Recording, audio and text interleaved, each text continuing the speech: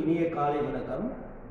நான் படித்த புத்தகத்திலிருந்து ஒரு சில தகவல்களை உங்களிடம் பகிர்ந்து கொள்ள விரும்புகின்றேன். அவன் ஒரு பஞ்சாலையில் வேலை பார்க்கும் ஒரு தொழிலாளி. தன் மனைவி, ஒரே ஒரு பையன். அவங்களும் சந்தோஷமாக வாழ்ந்துருந்தான். ஓரளவு நல்லா படித்தவன். ஆனால் சூப்பர்வைசருக்கு பார்த்தீங்கன்னா இவனை கண்டாலே பிடிக்காது. எப்போ பார்த்தாலும் இவன் என்ன வேலை செஞ்சாலும் குறை சொல்லிக்கிட்டே இருப்பான்.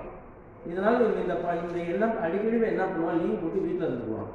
அதனால தொல்லை தர முடியாமல் ஒரு நாள் என்ன ஆகுதுன்னா பார்த்தீங்கன்னா இவருடைய மனைவிக்கு ஃபோன் வருது. அதை அந்த சூப்பர்வைசர் அட்டன் பண்ணுறாரு.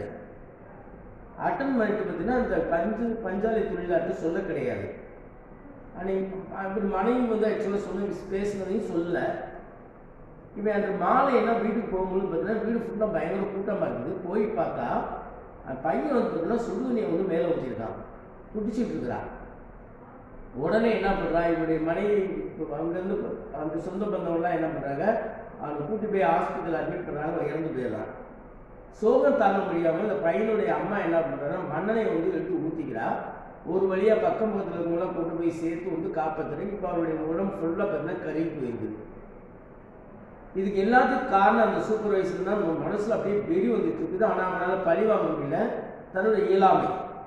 ஆனால் என்ன நினைக்கிறேன்னா இறந்து போன தன்னுடைய மகனுடைய அம்மா நிச்சயமாக அவனை சூப்பர்வைசரை பழி வாங்கினா மன்னிக்காதுன்னு சொல்லி ஒரு எண்ணம் மனசில் தோணுது. இதற்கிடையில் இயேசு கிறிஸ்து சொல்லுவார் பார்த்தீங்கன்னா, நீங்கள் பிறருடைய பாவங்களை நீங்கள் மன்னிக்கும் பொழுதுதான் உங்களுடைய பாவங்கள் மன்னிக்கப்படும் சொல்லி பைபிளில் இயேசு கிறிஸ்து சொல்லுவார். பார்த்தீங்கன்னா இது சம்பந்தமாக ஒரு சில தகவலை சொல்ல விடுவேன். பார்த்தீங்கன்னா இயேசு கிறிஸ்து பார்த்தீங்கன்னா லாஸ்ட் சப்பர் என்று சொல்லக்கூடிய இந்த இறுதி விருந்துன்னு சொல்லுவாங்க. அதை என்ன பண்ணி தன்னுடைய சீடர்களுக்கு கொடுக்குறாரு. கொடுக்கும்பொழுது அவருக்கு நல்லா தெரியும் யூதாஸ் தன்னை காட்டு கொடுப்பான்னு சொல்லி தெரிஞ்சுக்கிறாரு. இருந்த போதுன்னு பார்த்தீங்கன்னா கடைசியில் பார்த்தீங்கன்னா யூதாஸ் தன்னுடைய தவறி வருந்தும் பொழுது அவனை மன்னிச்சிடுறாரு. ஸோ இந்த லாஸ்ட் சப்பர்னு சொல்லக்கூடிய அந்த காட்சியை ஒரு ஓவியர் படமாக வரைய முயற்சி பண்ணுறாரு. அருமையாக ஆரம்பிச்சிட்டாரு. ஓவியம் வர தொடங்கிறது.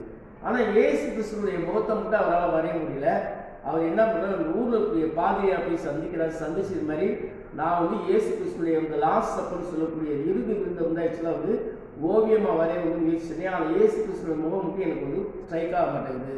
அப்போ இவர் என்ன சொல்கிறாருன்னா பார்த்தீங்கன்னா, நீ ஆக்சுவலாக யூதாஸுடைய முகத்தை வரையும் பொழுது உன்னுடைய எதிரியை மனசில் வச்சுக்கிறதுனால அவனுடைய முகம் தத்ரூபமாக மிகவும் கொடூரமாக இருக்குது.